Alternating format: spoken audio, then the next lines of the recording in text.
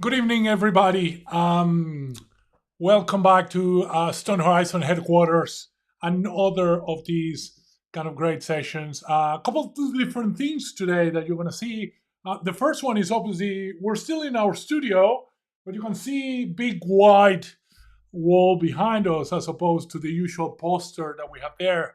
And that's because we're in the process of transforming our studio, and we're going to be doing some cooler stuff there to be able to share more stuff with you. Um, for those of you who don't know me, my name is Henry Villa. I'm the managing director here at Stone Horizon. And as you, most of you already know, we design, build, and operate high cash flow properties for investors, in particularly rooming houses. Um, Today, I actually want to talk to you a little bit more broadly about property. But like I said, we have a couple new things. You can see kind of our iPads there, new whiteboard, that sort of things. And we're going to be talking broadly about property portfolios. We're actually going to be talking about how can you turn any property portfolio out there into a high cash flow property portfolio without necessarily getting rid of the properties you have, or maybe most of the properties you already have.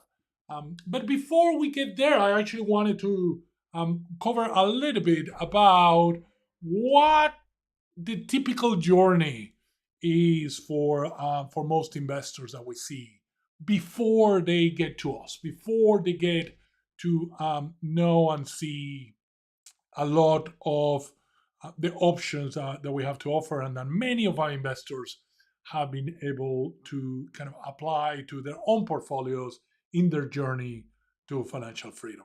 And the first thing is that most people start investing on what we call standard properties or standard investment properties. And that is basically a property that doesn't look much different to the property most Australians live in, the typical four-bedroom, two-bathroom, double lock-up garage.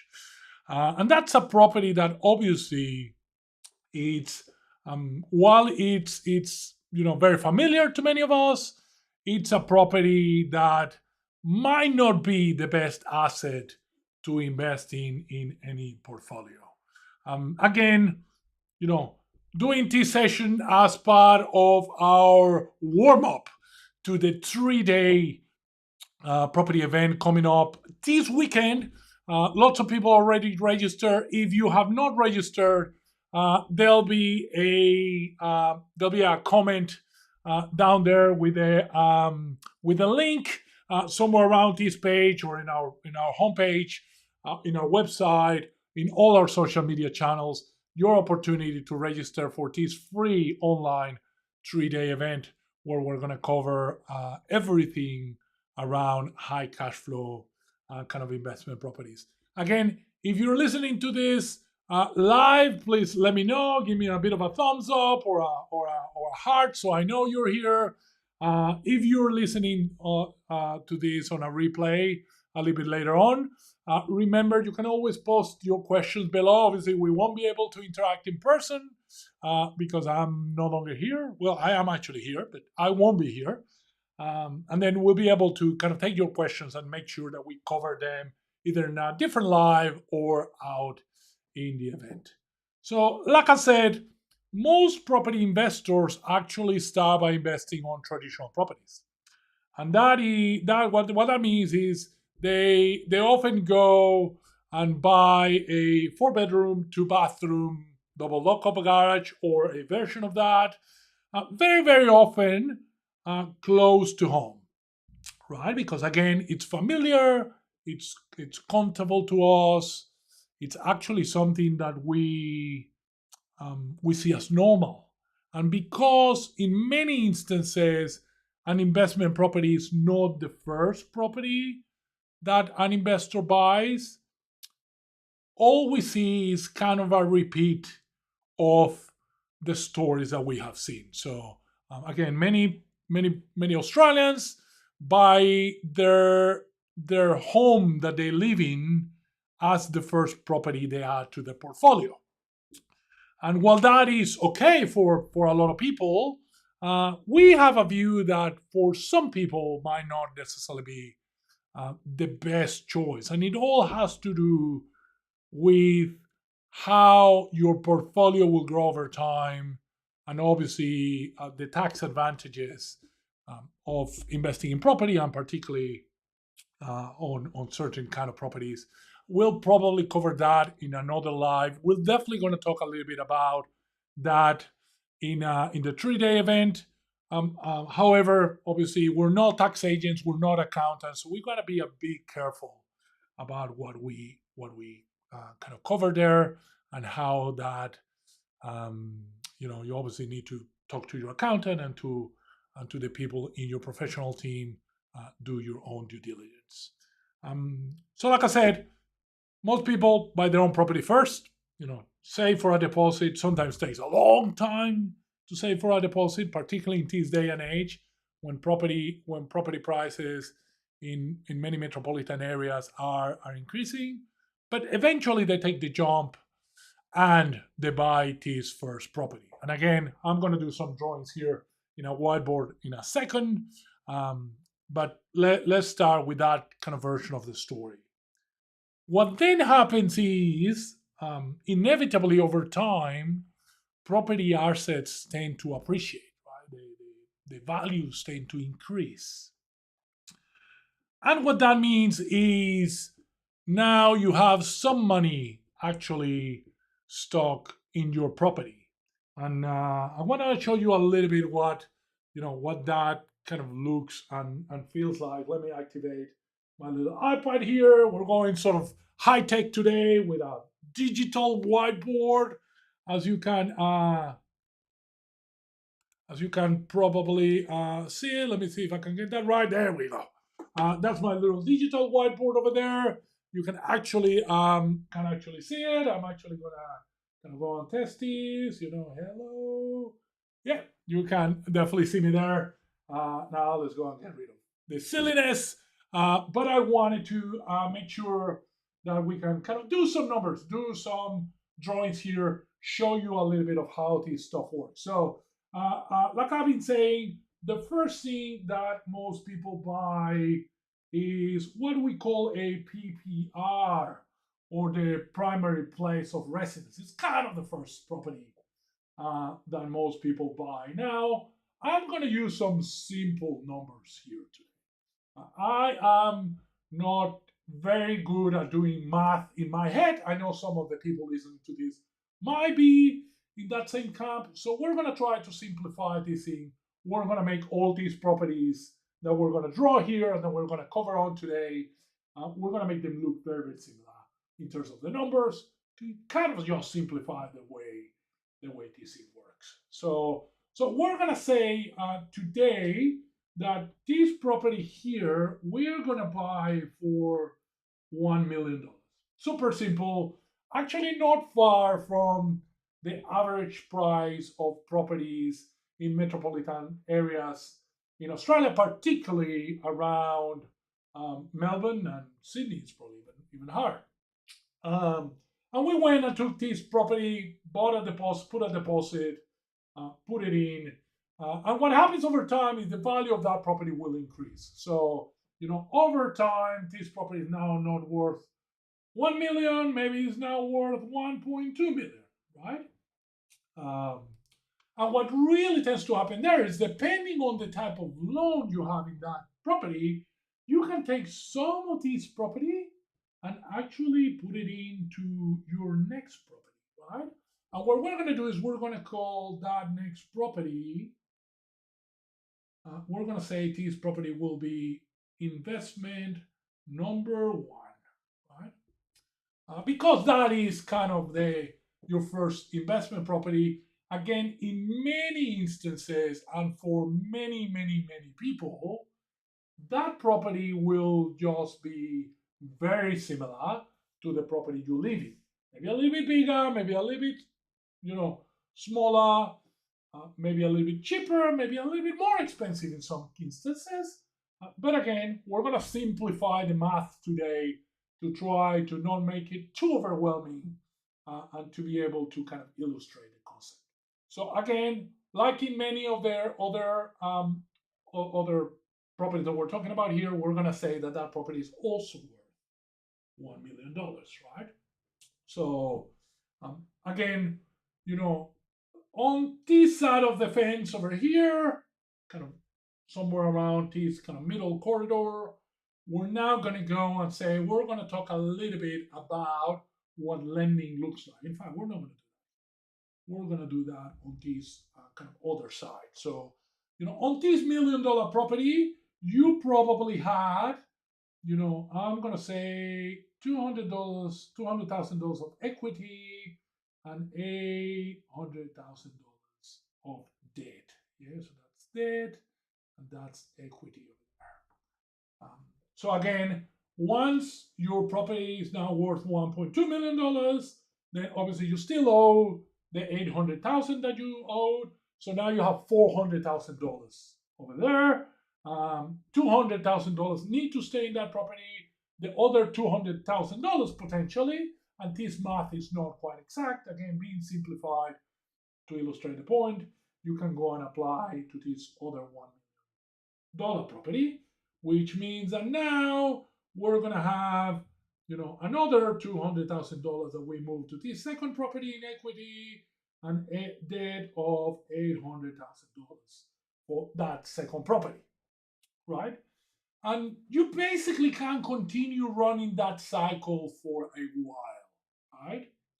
Um, we can go and take now this property, over time, it's gonna again be worth, guess what? It's gonna be worth $1.2 million again. And then we're gonna go and repeat the same story out of that. We're now gonna go and buy, investment property number two, right?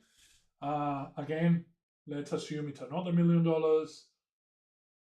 And again, we have another $200,000 here and another debt of $800,000, right? That cycle continues. Many people get to just the first property and stop. Other people get to their second investment property and stop. And a very, very, very, very few portion of people get to their fourth and fifth property, right? And in fact, the amount of investment properties that have three or more properties, it's tiny in comparison with the rest of the population. Now, you're here, we're going to turn this into a little bit of a conversation. It's pretty lonely here in Stone Horizon headquarters. Everyone goes home and it's a little bit quiet, but I wanted to share with you some of these thoughts. But tell me a little bit in the comments about your property journey. Are you a property investor?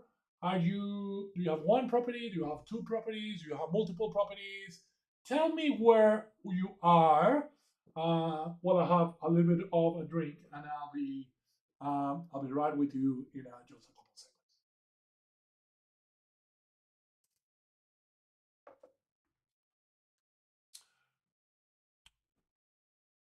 All right, so we have a few people in a few different channels. So Johnny is telling us he has one investment property.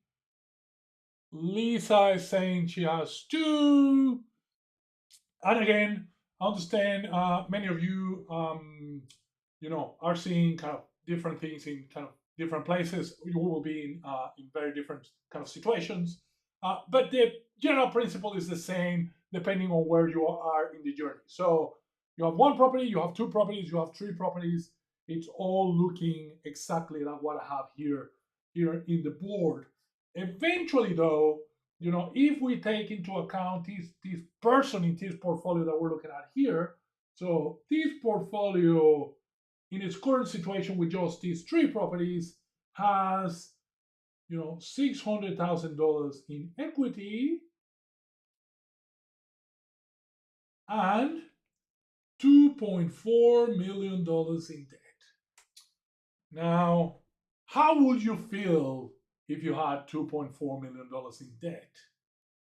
But more importantly, because these are traditional investment properties, it's also important to bear in mind that these properties are probably not paying their way. They're probably negatively geared. And what I want to show you is, when these properties are negatively geared, that will stop where you can go. Let me take it from here. So let's start by having a look at this property, right? So this property over here has no income, right? So, this property, no income, right? Now, this first investment property here has some income.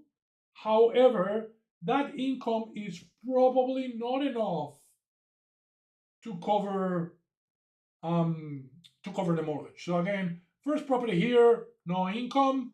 Second property here, sort of, I'm gonna say half income. And what I mean by that is this property will lose money, but not as much money, right? And then this third property we have here, right? We're gonna say also half income. So now you have three properties, two of them produce some rent, but that rent, in many cases, in most cases actually, will not cover the entirety of the mortgage, which means that overall, and I can see this because I've seen many of these portfolios out of the clients that come to us with these problems. In a portfolio like this, again, you have an equity of 600,000, you have debt of $2.4 million, and if we're talking about the cash flow here, let's actually do some kind of quick numbers here. The cash flow will be, if rent, it's say $500 a week, right? So it's 500, it's two properties. Let's say it's 48 weeks a year. So rent is,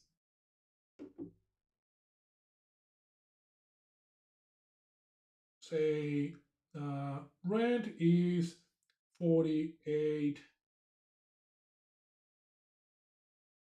500, $48,000 a year between those two properties. That actually doesn't sound too bad, does it? $48,000 a year. Now let's do the other side of the equation, right? So if we have that property there, we have $2.4 million in debt. 2.4. Now, let's say interest rate in these particular mortgages are 5%, right? And in fact, 5% is probably a good deal if you can get it today. But interest rates go up and down. So let's talk for a moment about this. And in fact, I'm going to go and move this screen a little bit just to make sure you get to see the whole whiteboard that I have there. And let me move it out of the way a little bit. There you go. Playing with the technology in real time as we kind of get to play with it. So again, for cash flow, we have $48,000. Now we're going to go and say $2.4 million at 0.05%. That is $120,000 in interest, or the equivalent of $72,000 negative gearing. That means that you need to put in $72,000 of your own money just to keep this portfolio going. Now, let me tell you what a lot of people do at this stage. A lot of people go to the bank. You're going to say, well, guess what? These properties have increased in value. So I'm going to go to the bank and I'm going to ask them to release some of this equity. I'm going to ask them to give me some of the money that is tied into these properties, and then I can use that together with some of the tax return that we're getting if we are on high paying jobs. And then we're going to go and use that money to pay for the next couple of years, maybe, or the next year of these $72,000. We're going to take, next thing, we're going to stop at three properties. And instead of taking the extra $200,000 and investing in a new property, we're going to go and take some cash flow out, right? Maybe go on a trip, maybe pay some of these negative gearing that we have here, maybe uh, maybe be able to kind of pay for a boat or a caravan. A lot of people do that. Inevitably, two things happen. This is what we see with a lot of our clients. And this is kind of why they come to us in the first instance. And it's actually one of the things I want to be explaining in the 3-day event that we have coming up. Again, just make sure you register. Registrations, will close before the day. It's 3-day event. But just going back to the story, people end up finding a wall somewhere over here. It's a wall where the bank basically goes and tells you, sorry, Johnny, or sorry, Peter, or sorry, um, um, um, Anna, we cannot lend you any more money. And we cannot lend you any more money because your income is just not high enough to support the level of debt.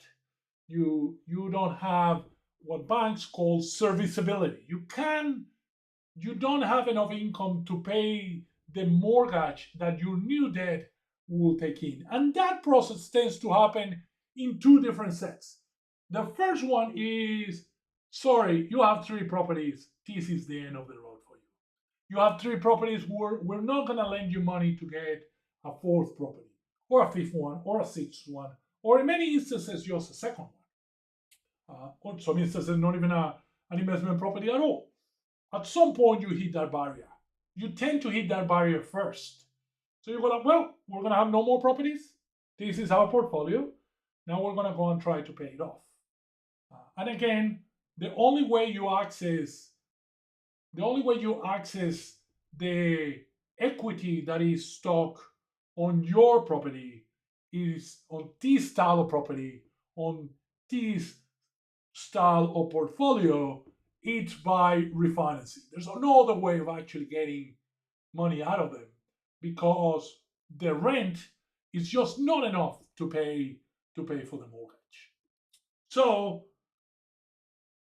you hit that end. Can't buy any more properties.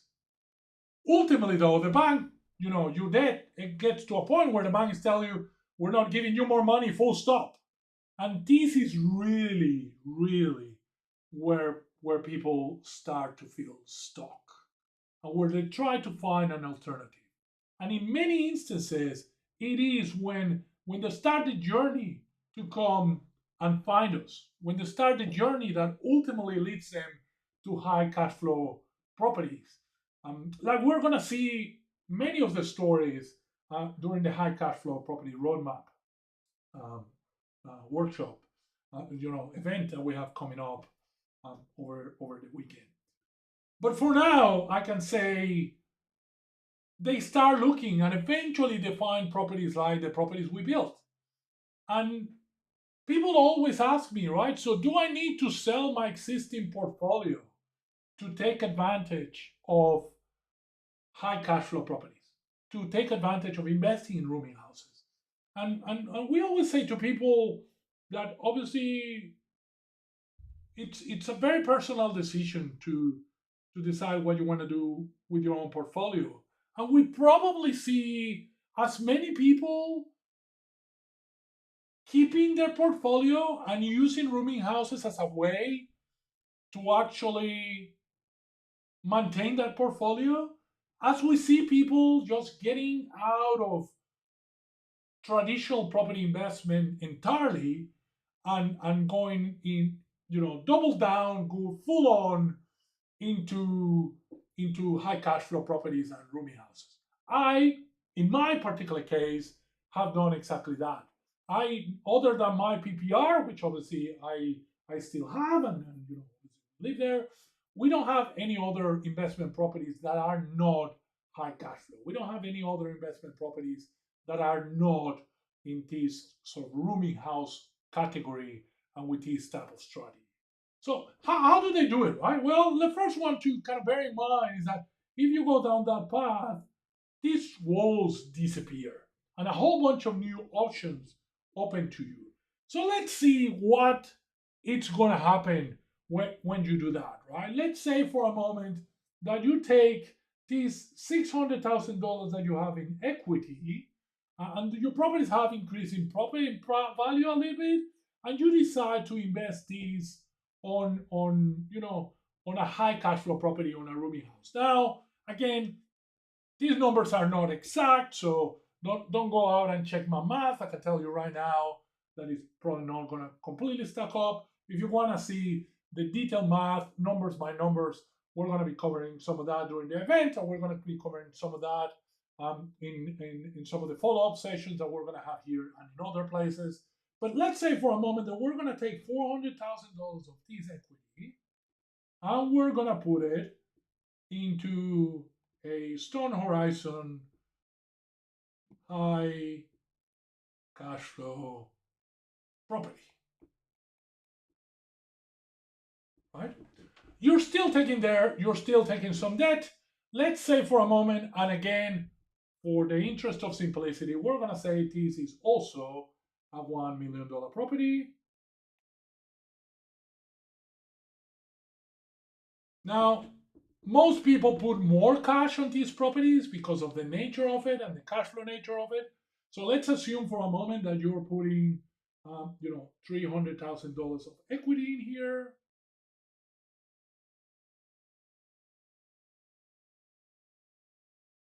And we're going to have $700,000 of debt, right? Not dissimilar to some of the other stuff we're saying here.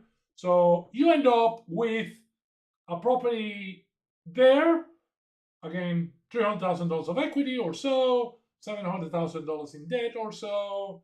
But let's see how the numbers of that property look like. And then let's see how the portfolio starts to improve. So in a property like this, the gross rent, it's probably around $120,000 of rent, right? Right? And the interest rate, again, let's assume 5%, more or less. It's all the same. Again, it's all illustrative math. Over $700,000. So I'm going to pull my trusty calculator here as well again. And we have $700,000 times 0.05, which is equivalent to 5%. That means $35,000 in, we're going to call it mortgage. And then normally there's some expenses, there's management, there's electricity, there's things like that.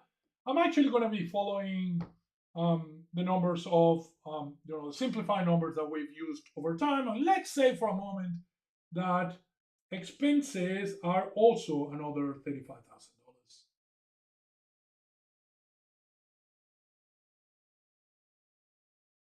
So that means the total cash flow of this particular property is around $50,000, right? But now it's not money you're putting into the property, it's not money you're putting into the mortgage, it's money that you're taking out of the mortgage every year, right? So again, cash flow out of this side is $50,000, right? Now, here's where the magic starts to happen. When you look at your overall portfolio, right? When you look at all of these put together, right? You're now in a very, very different place, right? We're now at a place where the total cash flow of the portfolio is minus $72,000, right? That we had from our traditional property portfolio, and then plus $50,000. So still negatively geared, right? However, it's a lot better, right? Now we're only losing $22,000. And I don't know you, but if I need to put out of my pocket 72,000 or 50,000, then I prefer to put 50,000, right? Sorry, I prefer to put 22,000. Now, let's continue down this process. And I guess what I'm trying to illustrate for you is the fact that every single high cash flow property, even if it's only one that you add to your portfolio, it's going to put you into a better and better position. It's going to put you into a position where your existing portfolio, even if you don't sell anything, it's going to look better and it's going to improve. Let's add a second property to this. Now, I'm running out of space here, so I'm going to assume that this second property looks very similar to that first property that we just drew there. And I'm going to say, for this is one property, this is two properties. On the second property, I'm going to say the cash flow is 22,000 that we had just before, but now we're going to add another $50,000, right?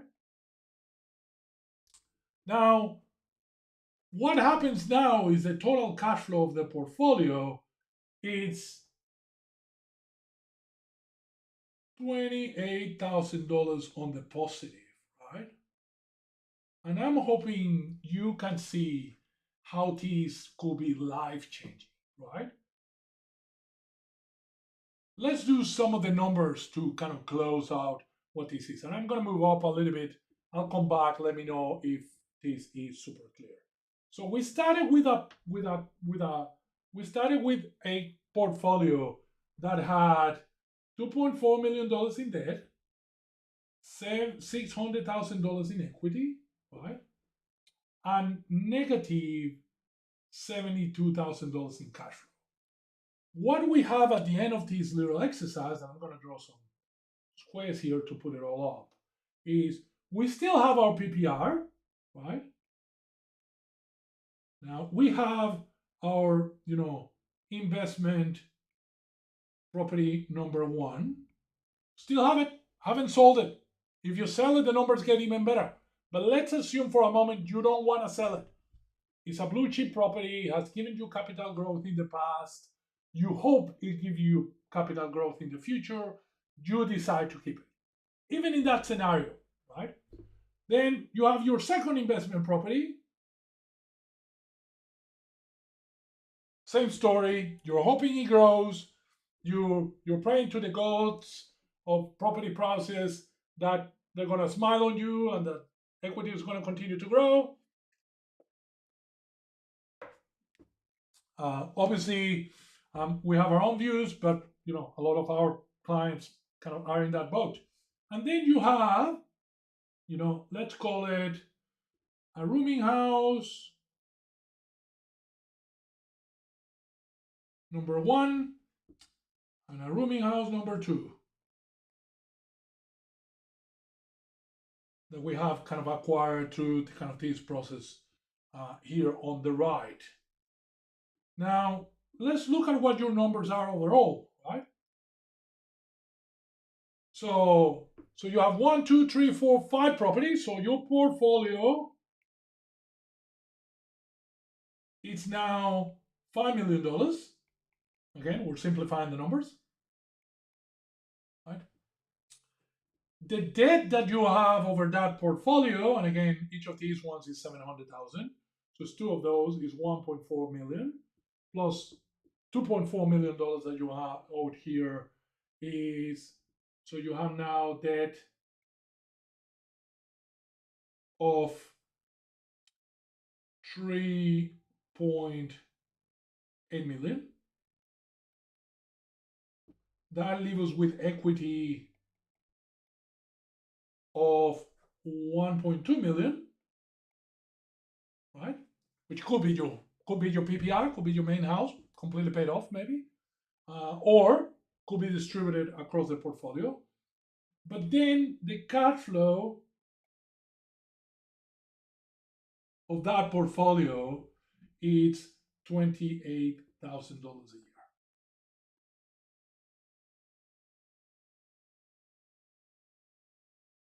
Now, $28,000 a year is actually not a lot, right?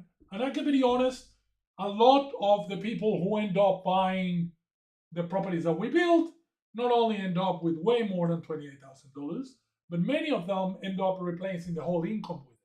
But we're assuming here that you decide to keep your portfolio. And I think it's important that I talk to those of you who have, feel stuck in your portfolio and don't know what to do next, because this is the bit that nobody's talking about. Obviously the cash flow versus equity conversation, has gone on for ages. But what I wanted to talk to you tonight is the fact that you don't really need to choose. You can have the best of both worlds. And this portfolio is a really, really good example of that, right? So we have a portfolio where you have your PPR, a couple of traditional investment properties, and a couple of rooming houses, right? You already have more properties than most people can, but you're in a much better place than you were before. You have $5 million in properties, over $1 million in equity, and then you're still getting paid about $28,000 a year to maintain that portfolio and to ride any capital growth that that portfolio might give, right? So again, I want to ask you something, and I want you to think long and deeply on this. I'm actually going to change my camera here in a second to kind of put some closing thoughts. But do you prefer to have this portfolio over here? Do you prefer to have this portfolio where you have $600,000 in equity and are paying $72,000 every year for the privilege of keeping those three properties? Or do you prefer to have this portfolio over here? A portfolio that has more properties, a portfolio that has more equity over time, and a portfolio that still pays you every month for you to hold on to that portfolio.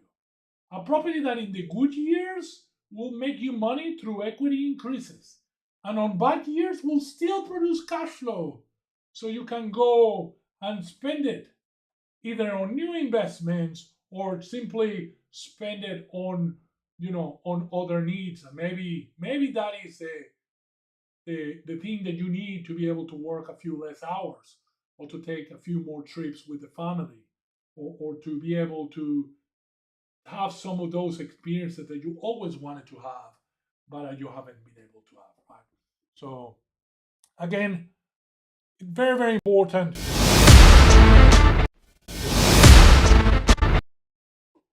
uh Technology gone wrong there. So I just wanted to kind of close up with final thought, which is the magic of this strategy is its flexibility. The magic of this strategy is the fact that you can combine high cash flow properties with equity growth strategies and put them together in a portfolio that allows you to meet your financial freedom goals, and that allows you to see all the opportunities that you haven't been able to take advantage of because the bank is holding you at ransom, because your tenants are paying only a portion of the mortgage, with left you holding the bill of all the maintenance and all the repairs and a significant part of your mortgage. Again, one of those secrets that we're going to be covering during the 3-day event that we have coming up, and I'm really looking forward to sharing with many of you soon.